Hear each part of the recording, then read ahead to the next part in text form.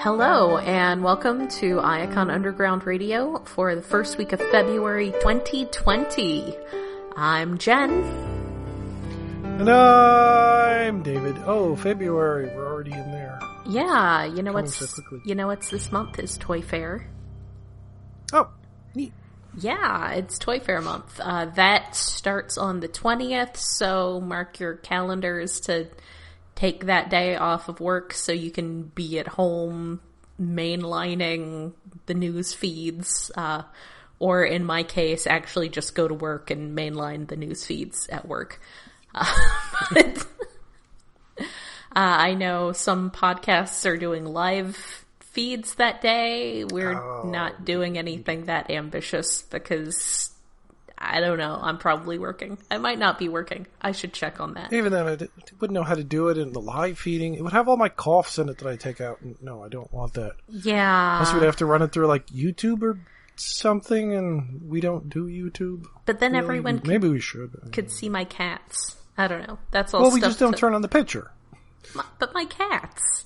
Everyone needs to see my cats. They're pretty great. Well, okay, fine. You could set up a cat cam while we're talking. Actually, it's not a horrible idea, but I have guested on some of our friends' podcasts that have they do video. That was a whole thing because I suddenly was like, oh, I have to do this on one of my laptops because my desktop does not have a camera. Oh, I don't have. I don't even think my laptop has a camera, but my laptop is like a decade old. Maybe that's something to get, a laptop to have. Anyway, podcast. We're talking. So, yeah, Toy Fair is a pretty big thing that's coming up. Earthrise, presumably, is going to be the big thing on display. It's possible there may be some trickling tail enders of studio series, maybe some Rescue Bots Academy. But Earthrise is actually already showing up in stores. At least the MicroMasters are. Yeah. They have shown up in some Targets. I did not see them the last time I checked my Target, but that was probably a week or two ago. So presumably that means that you're probably going to start seeing discounts on any remaining Siege Deluxes.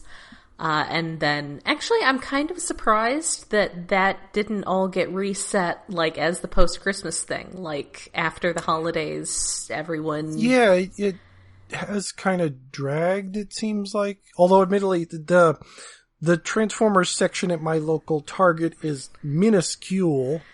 Yeah, I mean...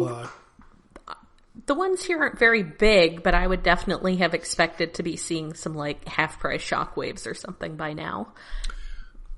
Yeah, I think some of the Voyagers were on sale at one point because the giant stack of Megatrons and Thundercrackers they had has dwindled.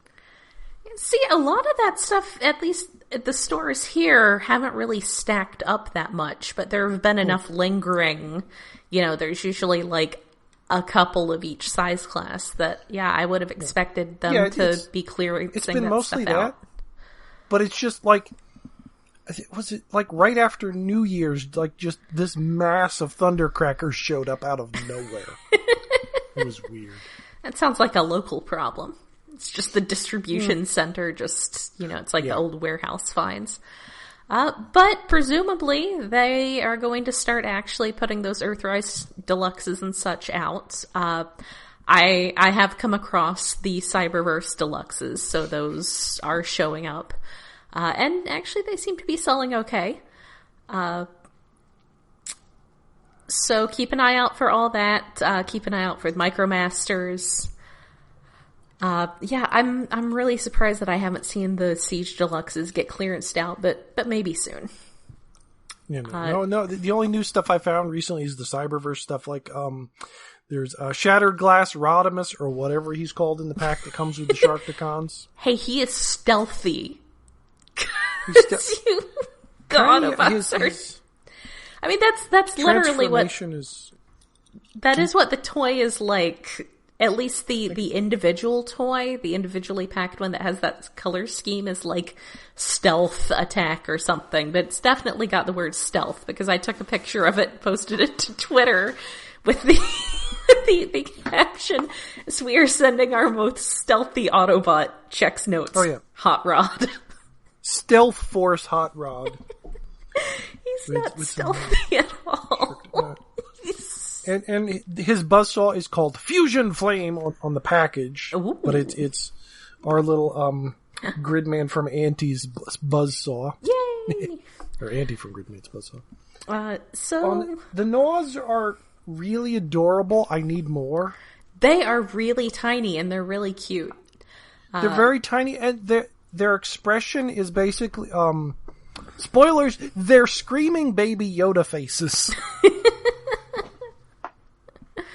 Yeah, they're so like, oh gosh, they're almost like BotBot size. They're just really small. They are pretty much exactly BotBot sized.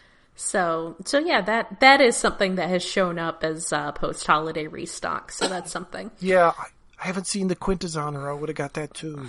But we are starting to see more pictures online of stuff that's coming up. There were pictures, apparently still nothing definitive on whether Optimus is going to have blue or gray hands or blue or yellow eyes. Yeah, because each like time they show pictures like in different shows and things, it's a different color. Yeah. But the last pictures were blue hands. I'm sort of curious if there's going to end up being like a running change sort of thing. Oh, like the first, yeah, probably. The first shipment of them has one color and then they change it. So that's going to be interesting to see how that plays out. We are starting to see some leaks of some pictures prior to Toy Fair. We got Skylinks, which I know some people have been like, oh yeah, popular Earth-based character Skylinks, but his space shuttle is earthy. Also dinosaurs. Dinosaurs are absolutely from Earth. Yeah, he's odd, but he's not that odd. Also, I just want to note that Aaron Archer hated Skylinks, so you can tell that he's not. We have moved beyond his time at Hasbro, because this is our second Skylinks recently. Yeah. So yeah, he looks. I think some people were saying he's a commander class. I think he kind of has to be big. I think, what was it in the listing? That seems like a lot to invest in Skylinks. Well, yeah, but it's the thing, Skylinks has always been big. Yeah, he's supposed to be commander class. So yeah, he's gonna be actually pretty huge, which is interesting. I guess big chungus. He's gonna be a big chungus. I guess we're going to see if people like Skylinks that much. We have also seen our first pictures of Scorponok, who excitingly has more reasonable proportions than his original toy. First color pictures. I mean, his proportions are very much like the G1 Marvel comic size. Yes! Looking. He has posable fingers on his nippers. Yes. Finally. Not just the thumb. On his claws, which, yeah, he was kind of drawn as sometimes his claw being divided, not into, like, proper fingers, but into, like, at least halves. Little manipulators, mandible. Yeah, so it does look like he's going to be able to do at least some degree of fine grabbing. Yes, his head is a reasonable size, which we pretty much assumed. Well, no, we saw like a grayscale picture of him, and they had him next to a Voyager Starscream, and he's the same size as a Voyager, and that's the head. That's realizing weird. his scale is amazing. Because unless they changed it, but I would have assumed that it would just be like the same size as Cerebros from the Fortress Maximus. Well, I don't know how big the Cerebros is. He's about deluxe size. So, I guess he might be sort of a tall deluxe, and, there's been a lot of, like, size creep in the different stuff. Depending upon the toy, it's different. Like, the Seekers are a bit taller than a deluxe, but there's bigger Voyagers than them. Yeah. So it may just be something like that. It just looks tall. I do need to see if I can find the pictures of the head robot mode, because I am sort of curious how that's going to work out, considering that original Scorponok, again, just had the one very small headmaster, which was Zarek. His helmet is part of him. Right. Right. So it was always a little funny looking. But I'm excited about it. Scorponok was always one of the best parts of the Marvel comic, especially Furman stuff. Again, as I believe we've discussed, he's Illidan. But...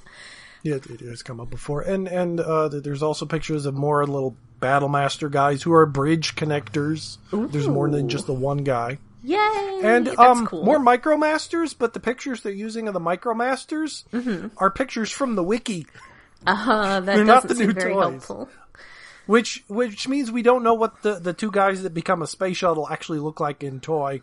Aww. Hopefully that hasn't gone weird again. There was one other previous one where it was one part was grayed out because the wiki grays out the part that the 2-part combiners, and you have to show somehow that which half he is. Right. They didn't realize that. Which one is actually the one being referenced in that article. So yeah, and we, as I probably discussed, but as people are aware of now, there's going to be some of the Micromaster bases are going to be people now. And they're going to be compatible with all the shield stuff. So the thing with the shield / roads is it's really neat. It's neat to see them doing a good bit with it. So that seems like it's going to be a lot of fun to play with. Look forward to more news about that, certainly in the next coming weeks, but probably culminating the weekend starting the 22nd, when they're going to be showing all of that stuff off at Toy Fair. I assume they're probably going to have a full-size, maybe not, maybe still prototype to some degree, maybe not production, but I imagine we're going to see Scorponok there. I'm very excited about that Scorponok. I'm not going to be waiting for that one to show up at Ollie's. I'm going to be buying that as soon as it's up for pre-order. My Fort Max needs his nemesis. I'm just picturing myself. I'm just going to get him and pull him out of the box and go, prepare to feel the sting of Scorponok. I love Rebirth. I love late Marvel G1. Just Scorponok is him and Fortress Maximus are the culmination of so much of the more non-1984 stuff that I love about Transformers. So, very excited. Yes. So, anyway, moving on from Scorponok. There is new movie news, nothing that's really solid. But... Yeah, someone is apparently working on a Beast Wars movie. Yeah, we're getting another Bumblebee movie. No surprise, although it's taken a while for us to get a even rumor that it's coming out. Yeah, and this is but all also Beast Wars. What? This is all from movie industry news sources too. Yeah. So it's not basically, it's from the kind of news sources that don't actually know what a Beast Wars is. No, which is why it's so confusing. We dream of a Beast Wars movie, but what? How? What? I wouldn't be surprised to have it turn out, because weren't they talking about doing some animated movies that would presumably at some point be a different... I don't know, scale of production. So maybe it's something like that. I don't know. Beast Wars is one of those things. It's weird because it's kind of unique for me in Transformers that I've gotten used to the idea of there being a bunch of different continuities Optimus Primes, but I cannot get my head around an Optimus Primal who is not just that Optimus Primal. Yeah, that's another thing. It's with the names, what the hell are they going to call Megatron? He's Megatron. He's just a different Megatron. I'm not sure the movies, if Michael Bay still has any control over them, would do anything like that. Beastatron. No. There are so many things they could, like, it could just be animated. It could be like a robot version of the Jungle Book. It could be Enter the Spider-Verse with animal robots. I don't know. I'm infinitely curious, but what? Yeah, I just feel like, and I mean, again, maybe it helps me. Maybe I'm so able to understand, like, different versions of pre-Beast Wars stuff, having, different multiversal stuff, because it used to be, there have always been at least two continuities. Like, since 1984, there was at least the comic and the cartoon, whereas Beast Wars was always just itself. It was a multiversal singularity. Not counting a few minor splinter universes like the pre-TV show comic book where Optimus Primal is a bat. Yes. But then when you get to stuff like when IDW was pulling in the Beast Wars characters for, like, Unicron minions, and I just couldn't get on board with that, as much as I loved so much else that they did. So it's just, those characters were so good and the writing was so good, and it's just like, all I could ever want them to do is just maybe reanimate the original series. Kinda, yeah. Like, but if they do that, what the heck would they even do? I mean, unless the entire movie is Dinobot joins the team, Dinobot becomes a good guy, Dinobot dies saving proto-humans in the end? Yeah, like, that would be the most likely, unless it's just a jumble. It's so, I don't know. I don't know, and I don't know if I'll be able to be fully on board with anything they do, because Beast Wars was already perfect exactly the way it was. And kind of, yeah. I mean, the only way I could really be fully invested is, like, bring back David Kaye. Yeah, absolutely. I mean, he's still really into the character, And he still does a lot of voice acting. Yes, he does. He won an Emmy. I guess, though, he does more, like, narration than voice acting. But still. Yeah, now. I get to hear occasion. I swear that there's this, like, I say local, but I mean, like, the DC metropolitan area, so its idea of local is pretty broad. But there's a news station that I listen to where they tend to play a lot of ads that are geared directly towards, like, people running federal agencies. And there's one that I swear that's his voice, like, talking up some, like, really, really obtuse, deep level, like, federal government product. It's like, I don't know what he's talking about, but I'll buy it. I'm not sure I like the idea of deep state Megatron. Well, no, I just mean something that, like I said, I don't even entirely understand what he's selling, because it's just something that's so far into, like, bureaucracy that I don't understand it, but I would buy it because it's him. He makes it sound really good.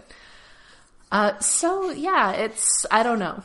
I guess we will find out if it even makes it, to production. It sounds like they have sort of their more A-level people working on the actual Bumblebee stuff, because I think the person who was attached to the Beast Wars one was someone who worked on, like, the Independence Day sequel, so...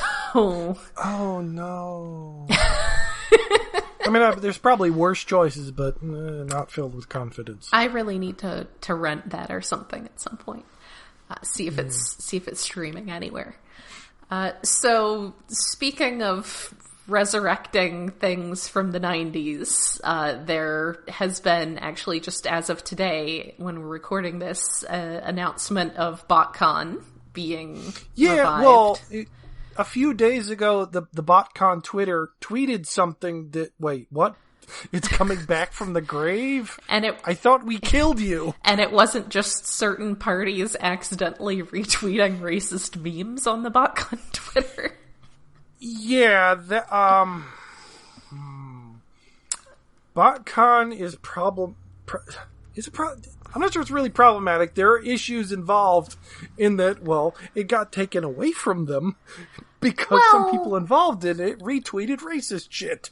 I didn't think that was why it got taken away from them. I thought that probably didn't help. Well, it probably didn't help, but I thought it was really just because Hasbro wanted to try to have BlizzCon, and they didn't really understand that they are not Blizzard.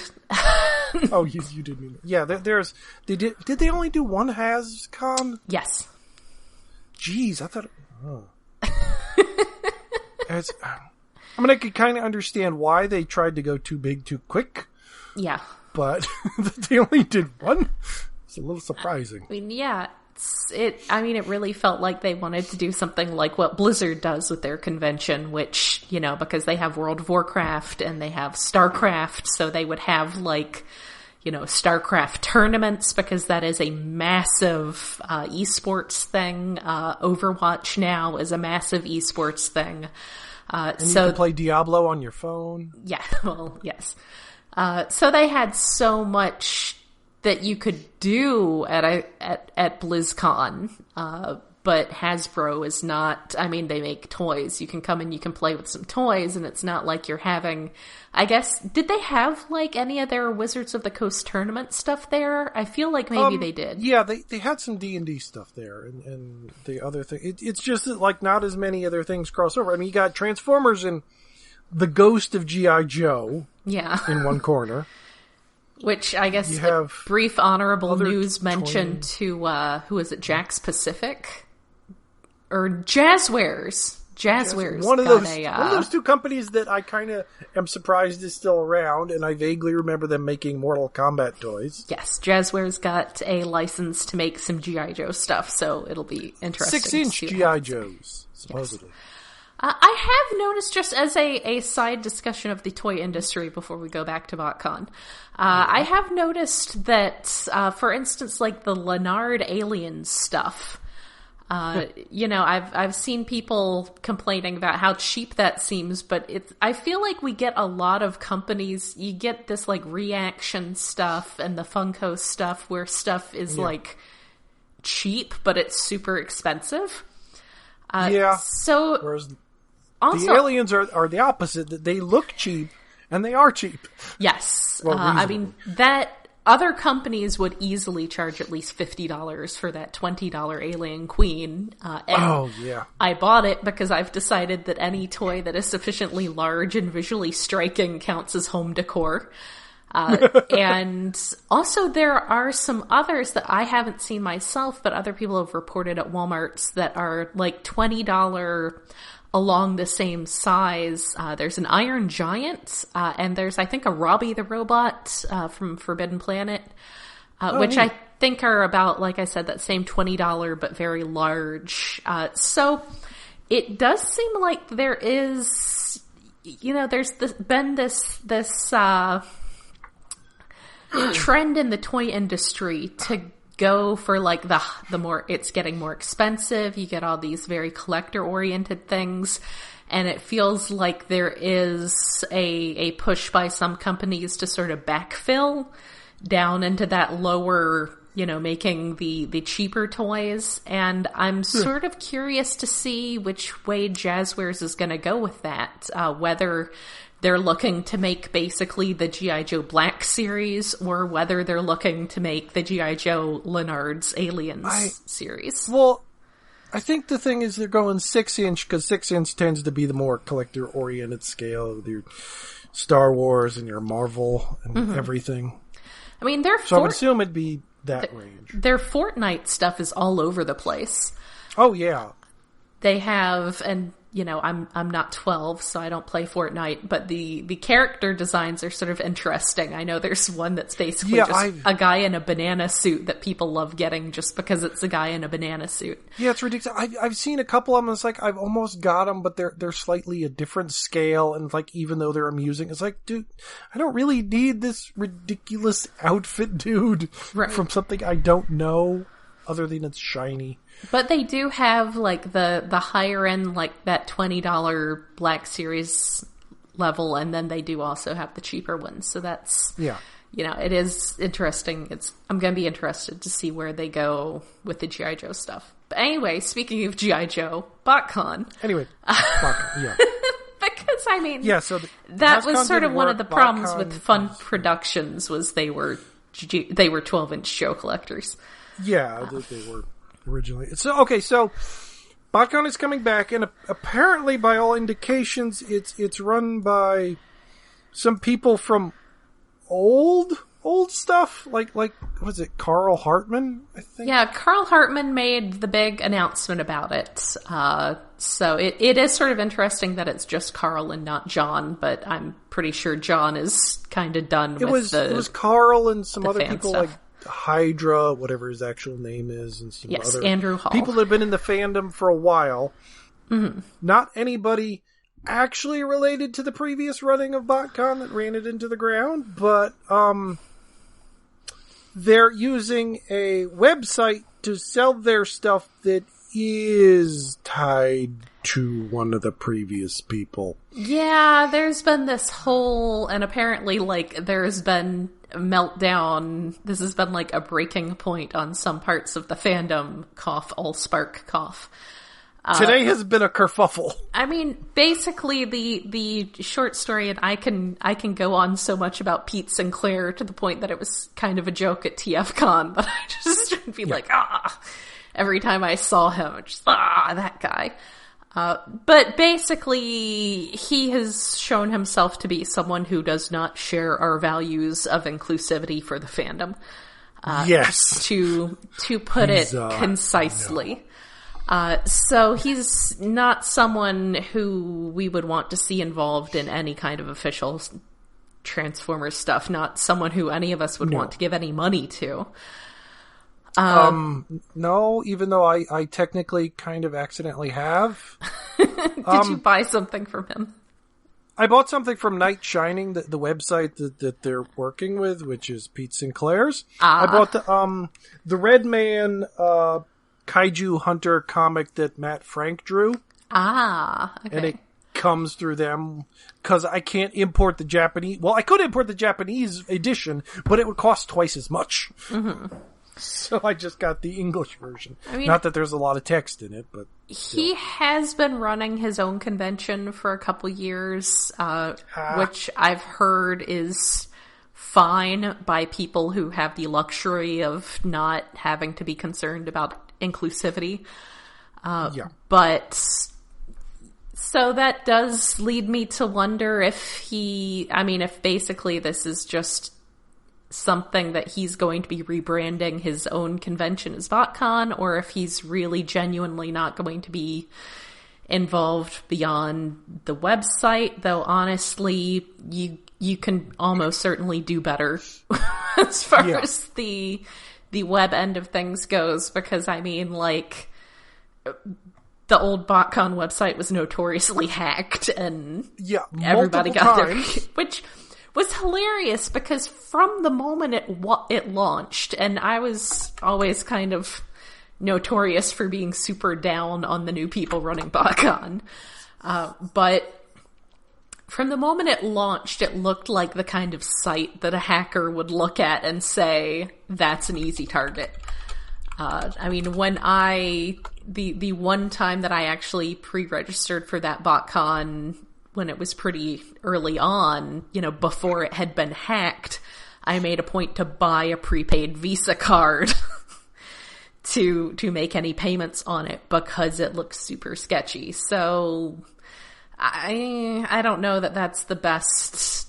I feel like there are probably better online retail, better online store platforms, but it is what it is. We'll be keeping an eye on it. I feel like TFCon has been such a good thing for the fandom, and I don't know that I've seen TFCon go out of their way to be super inclusive about things, but also they are definitely not that way.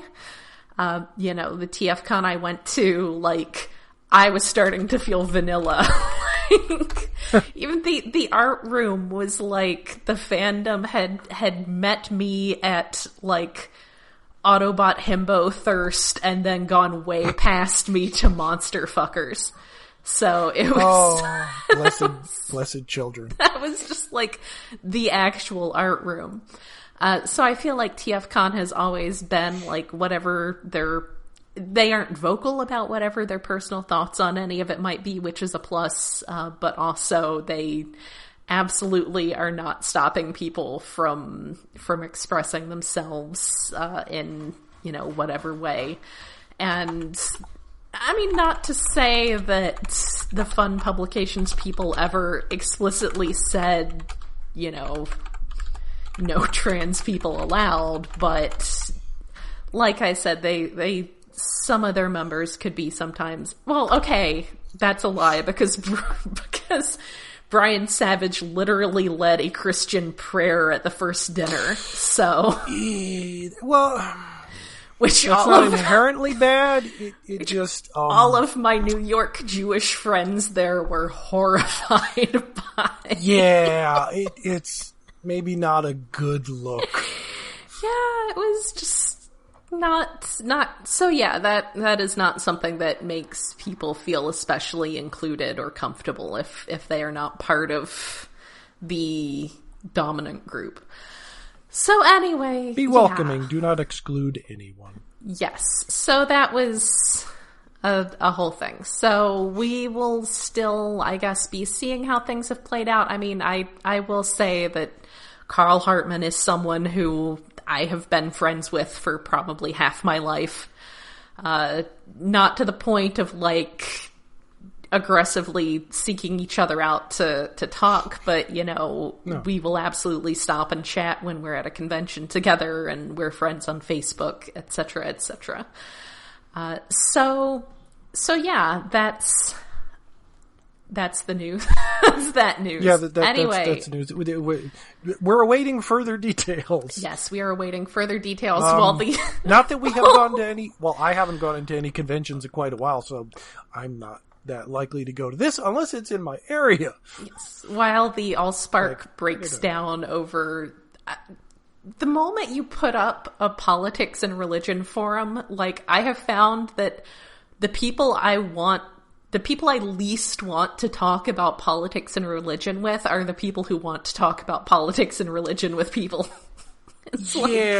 Like one Discord I go to created a sub forum or a sub Discord unrelated officially to the main Discord for politics and stuff, and it's like, no, I don't want to go there. I try to avoid talking to people. No. Yeah. Anyway, so comics. There's new comics. No, it's just like, yes, there's comics. Like it's nice to have the idea of another Transformers convention. I'm thinking maybe calling it BotCon, if you're unrelated to the previous one, was maybe a bad idea. Well, I mean, Carl Hartman was one of the organizers of the first one, so he is very related to the original one. Associated to the name, I guess. So, I mean, yeah, I feel like he is definitely justified in still using the name, but we'll see. Yeah. We'll see. One last thing before we move on to talking about the actual comics that have been released already. So remember how I was saying that one of the best things about the Transformers 84 special was that it only needed to be a single issue? Oh, right. Yeah, I almost forgot about that. Yeah, there's going to be a new Transformers 84 mini-series, limited run, something. They've decided it needed to be more issues. And I'm like, no. I mean, stop that. Ultimately, no. I mean, I guess it's going to give Simon Furman more work, but... Yeah, that's fine. I mean, it was enjoyable, I guess. It was fine. The thing is, it doesn't... I mean, I guess it sounds like it's a little bit of a continuation of the overarching, the, underlying story of the first one, but it's not, a direct continuation of the story, so that's Wasn't fine. It, a prequel of this original G1? I don't... Well, I mean, the original Transformers 84 special. Oh. So it's I guess maybe I didn't actually read that one. It's a continuation of that... The underlying plot that basically that Optimus was the, had arranged for them Yeah, that's Was that the Punch and Counterpunch one? Yeah, okay, I did read that, and I almost completely forgot it existed. Ooh, that's not a good sign. Yeah, and it had my boys. It had my twin boys, my twin sons. Yeah. But yeah, the underlying plot that Optimus had arranged for them to lead Megatron away into basically a death trap. So it continues that, but it doesn't presumably directly continue the same story with the same character. So that's fine. Because if you had tried to draw that story out for 4 issues, it would have been really inane.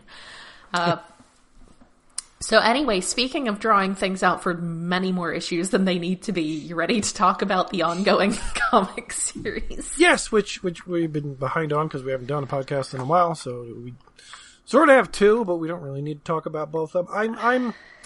It's getting better in that, oh hey, this feels like this could have been issues 4 and 5 of a series, but instead of 15 and 16. Yeah, 15 was just...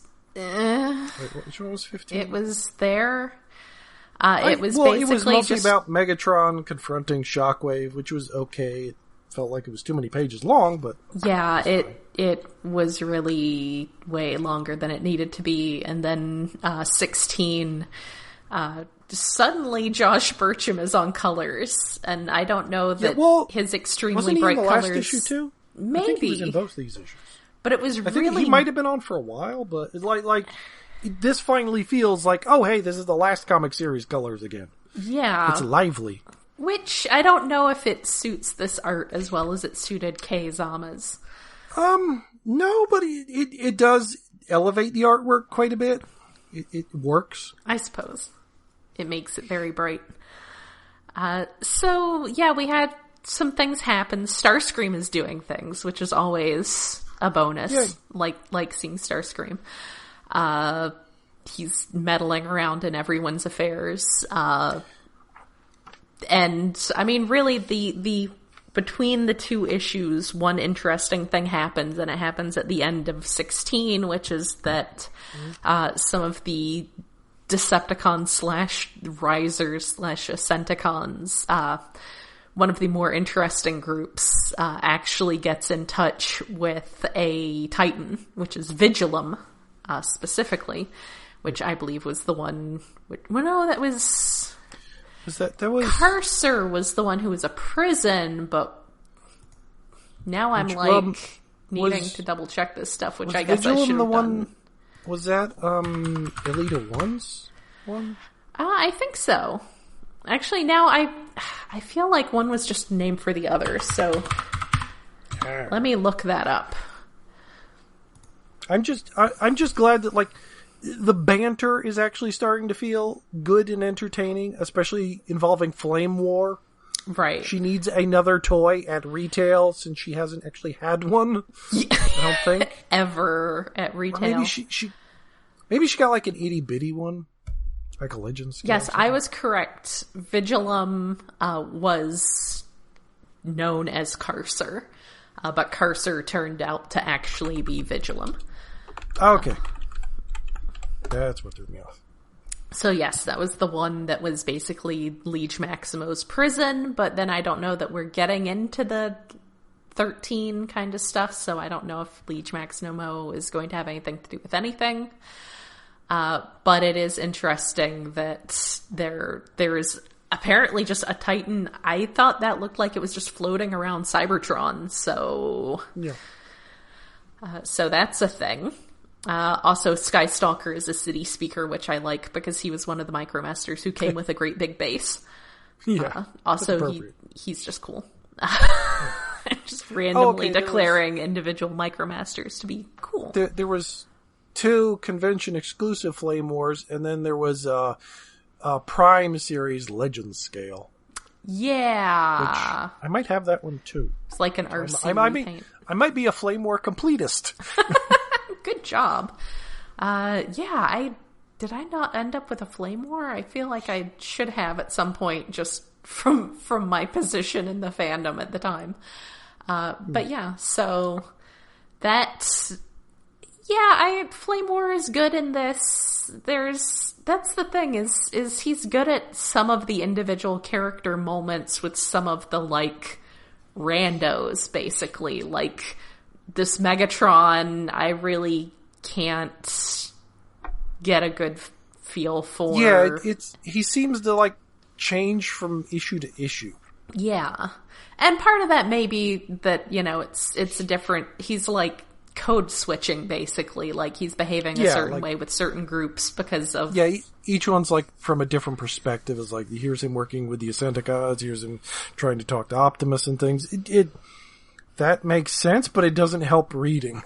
Yeah, it doesn't give a good impression of who he is. But like the story with Nautica and Road Rage was really good. He does good, like, single, like I said, stories about some randos, but that's not the story that he's not telling their story. Yeah, that's, I guess that's kind of the problem. The problem is that he's on the mainline Transformers book when he should be writing the side book with all the goofier characters. Yes. So yeah, it continues to be okay. It's got good moments like, these Ascenticons breaking into this facility and getting in touch with Titan, and there's some interesting world building going on there. But then I felt like really the issues 15 and 16 were like a show of the weaknesses and the strengths of the writing in this series. I haven't caught up with Galaxies yet. We are thinking of maybe just discussing it when, by story arc, except when we're actually excited by a story arc. Probably because, I don't even remember, I think last issue 3? It's been a while. Yeah, 3 was the last one. I still need to... I have a huge to-be-read pile, and it doesn't help that the guy at the comic book shop was like, hey, there's all this new X-Men stuff coming out. You want all of it? And I was like, sure. No, not all. Well, for one, get rid of the one with the angels in the title. I've heard that was not good. The rest of them are supposed to be good to great. He said that one's probably not going to get... or will probably be canceled pretty soon, which I was like, yeah, that's because no one cares about Quanon. No one ever cared about Quanon. No one cares about Quanon. Anyway, so yeah, my to-be-read pile is aggressive. But yeah, that's where we are with the Transformers comics right now. They're still sort of going on. I am kind of looking forward to Transformers 84, the limited series, because it was kind of interesting. I really liked Guido Guidi doing that kind of art, Josh Burcham doing that extremely 80s comic coloring, and it was interesting, and it was written by someone who knew how to write comics specifically. Well, writers of novels, there's often a learning curve. Yes. Yeah, even like some of the best... longer than others. Some of the best novelists have come to comics and taken a few issues to really get going, so it's... For years. Yeah. Which reminds me that I should look into Sean Ann McGuire's Spider-Gwen stuff, because I do like her writing in general. Oh. Yeah, I think that one's supposed to be really good. Yeah. But I haven't read it. Anyway, so yeah, that is pretty much our news for right now. We will definitely have a Toy Fair episode coming up, if nothing in between. And who knows, if stuff happens in between, maybe we'll do another one for that too. At some point. At some point. All right, so anything else you can think of? Any pressing concerns? No, I think we've rambled on enough, like the current comics being good, tentative about BotCon existing. Yeah. I don't want to give Pete Sinclair money. He's a terrible human being. No, but I would like more Red Man comics from Matt Frank. Yeah. And I would like... I'll just buy them on Amazon. I liked going to TF Con. I don't know if I've brought this up previously, but I'm going to go off on a wild tangent for a second. There's this story from Norse mythology called the Lokasena, which is basically Loki goes to a Us party. with a wild tangent? Yes, I know. Just Loki goes to a party to which he was not invited because he's angry that he was not invited, and basically everyone is just trash. Well, it's him trash talking everyone and everyone trash talking him. And that's always kind of how BotCon post 3H felt to me. Like, I was there and I was not necessarily invited, but fuck you guys for not inviting me. I recently saw that phenomenon described somewhere, and I can't remember where. But TFCon did not feel that way. So I guess we'll see. We'll see what happens with BotCon, or if I just keep going to TFCon when it comes to the DC area. Or maybe Toronto. Maybe I'll get my passport renewed. Yeah, at some point we should go to Toronto. Hang out with Rob? Well, can't you do a passport with driver's license? I think mine does that, at least for Canada. Well, what do you mean? Like, you can't enter Canada with just a driver's license anymore? Or at least you can't return. It's been a long time. I thought I got a new driver's license because of that. Although that may just be a New York thing since we're so fucking close. There's that new Real ID thing. Maybe it has to do with that. So I need to get a new license with my new address on it, so I'll see if maybe that will apply, and then I could go to Canada with that. Well, maybe for other reasons I should get my passport renewed anyway. Yes. So that is it for the first part of February. Yeah, the first part, maybe only February. Let's talk about Norse mythology. We could probably do a podcast on that, but no, we do enough podcasting. Yes, we do. I have too much to edit. Yes, we do. Until Toy Fair, this has been Jen. And David. Good night.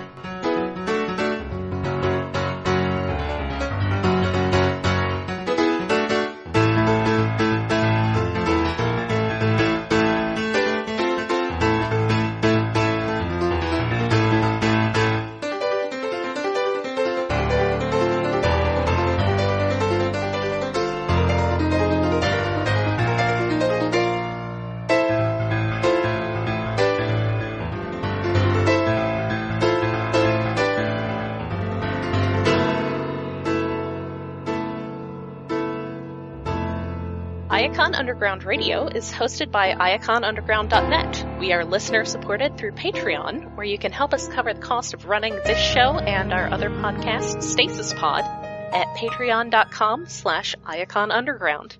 We are on Twitter at IaconUG, Tumblr at iaconunderground.tumblr.com, and Facebook at facebook.com/IaconUnderground.